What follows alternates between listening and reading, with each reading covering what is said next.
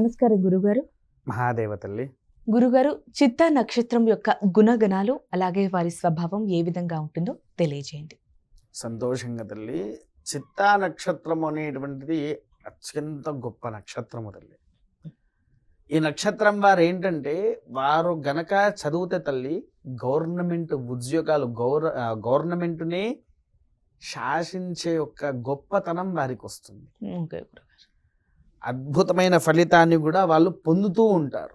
ఇక్కడ ఇంకో విషయం ఏంటంటే వీరికి పాపం ఏంటి అని అంటే చిన్నప్పటి నుంచి కష్టాలతో పెరుగుతారమ్మా. చిత్తా నక్షత్రం వారు ఎప్పుడు చూడు ఏదో ఒక కష్టం వారిని వెంబడిస్తూనే ఉంటుంది.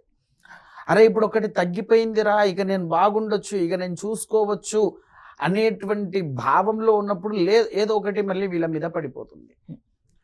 వీళ్ళ మీద అది పడిపోయేసరికి ఏమి చెయ్యానో అనేటువంటిది కూడా అర్థం కాదు. చాలా ఇబ్బందులు పడుతూ ఉంటారు. చిత్తా నక్షత్రం వారు ఎలా అంటే తల్లి ఇంకో చిన్న విషయం చెప్తా, వీరికి ఒక వీక్నెస్ ఉంటుంది. ఎలాంటి వీక్నెస్ అంటే పొరపాటుని ప్రయోగాలు అని అంటారు, శ్మశానంలో అటు ఇటు వెళ్తూ ఉంటారు, అటువంటి గాలి అనేది వీళ్ళకి ఎక్కువగా తాకుద్ది తల్లి. చిత్తా నక్షత్రం వారికి గాలి సోకడాలు ఎక్కువగా తాకుతూ ఉంటాయి. తర్వాత మంచి బుద్ధివంతులు, ఎదుటి వ్యక్తిని ఎంత గౌరవించాలో అంత గౌరవిస్తారు. కోపం వస్తుంది వీరికి, కోపం రాదు అని చెప్పను, కోపం వస్తుంది, కాకపోతే క్షణిక కోపం. అంతగా అంటే వీడు నా శత్రువు అన్నట్టుగా ఫీల్ అవ్వరు. శత్రువుతోనైనా సరే ఇలానే ఉంటారు వాళ్ళు. అంతటి మంచి వ్యక్తులు. మళ్ళీ వీళ్ళ తెలివి అంటవా తోడేలు లాంటి తెలివి. తెలివి తోడేలు లాంటి తెలివి అంటే వాళ్ళ పని కోసం ఏవైనా చేస్తారు, ఎంత దూరమైనా వెళ్తారు. దాన్ని సాధించడానికి ఎక్కడికైనా వెళ్ళగలుగుతారు. కాకపోతే ఏంటి అని అంటే వీళ్ళకు భోజనం మీద ఆసక్తి ఎక్కువ. భోజనం మీద ఆసక్తి ఎక్కువ. భోజనం మీద ఆసక్తి లేకుండా ఎవరే ఉండరు కదా గురుగారు అంటారు, కానీ వీరికి కొంచెం ఎక్కువగా ఉంటుంది.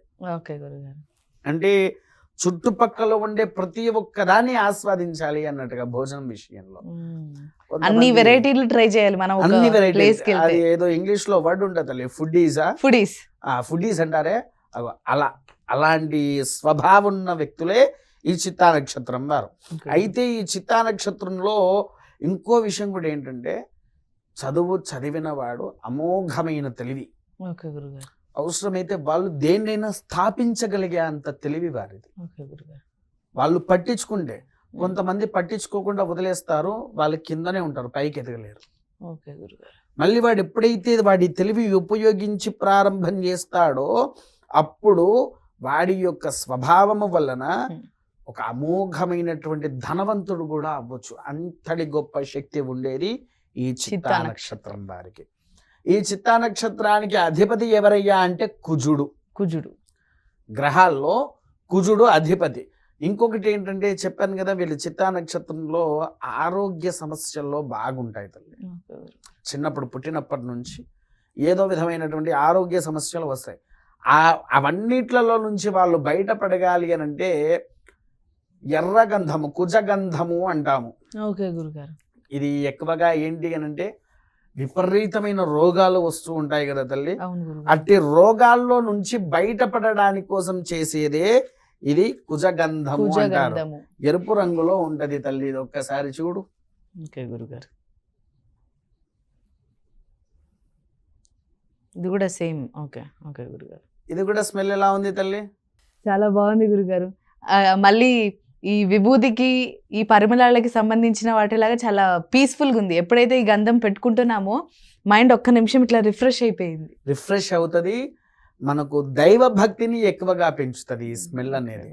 అంటే ఏదన్నా వ్రతాలు, దేవాలయాలకు వెళ్ళి పూజ ఆచరించాలి, నేను భగవంతుడికి ఈ బొట్టే పెట్టాలి, ఈ బొట్టు నేను దేవుడికి పెడితే ఆయనకు పెడితే నేను పెట్టుకున్నంత సమానము అనుకొని అది దేవునికి కూడా మనం ఎప్పుడైతే అర్పిస్తామో మనలో ఉండేటువంటి సకల దరిద్రాలను లాగేసుకుంటాడు దేవుడు.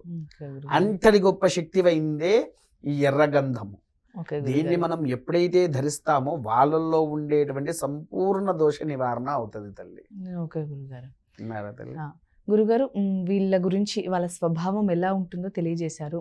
ఇప్పుడు వాళ్ళ చేతిలో లేని పని కాబట్టి అది ఆ స్వభావం కొంచెం తగ్గి, అంటే నెగటివ్ ఆస్పెక్ట్స్ అయితే ఏమున్నాయో ఆ ప్రభావం తగ్గడానికి వీరు ఎటువంటి పరిహారాలు చేస్తే బాగుంటుంది?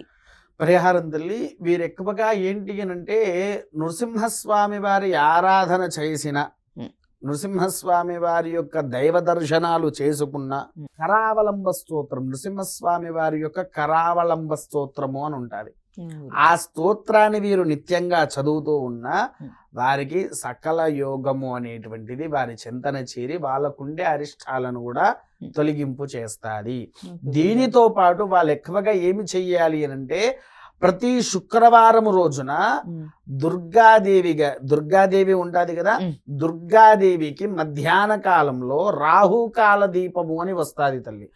ఆ రాహుకాల దీపం గనక వారు పెడితే వాళ్ళల్లో ఉండేటువంటి సకల నీచ కృత్య దోషాలు కూడా తొలగి అద్భుతమైన ఫలితాలతో విరధిల్లుతూ ఉంటారు.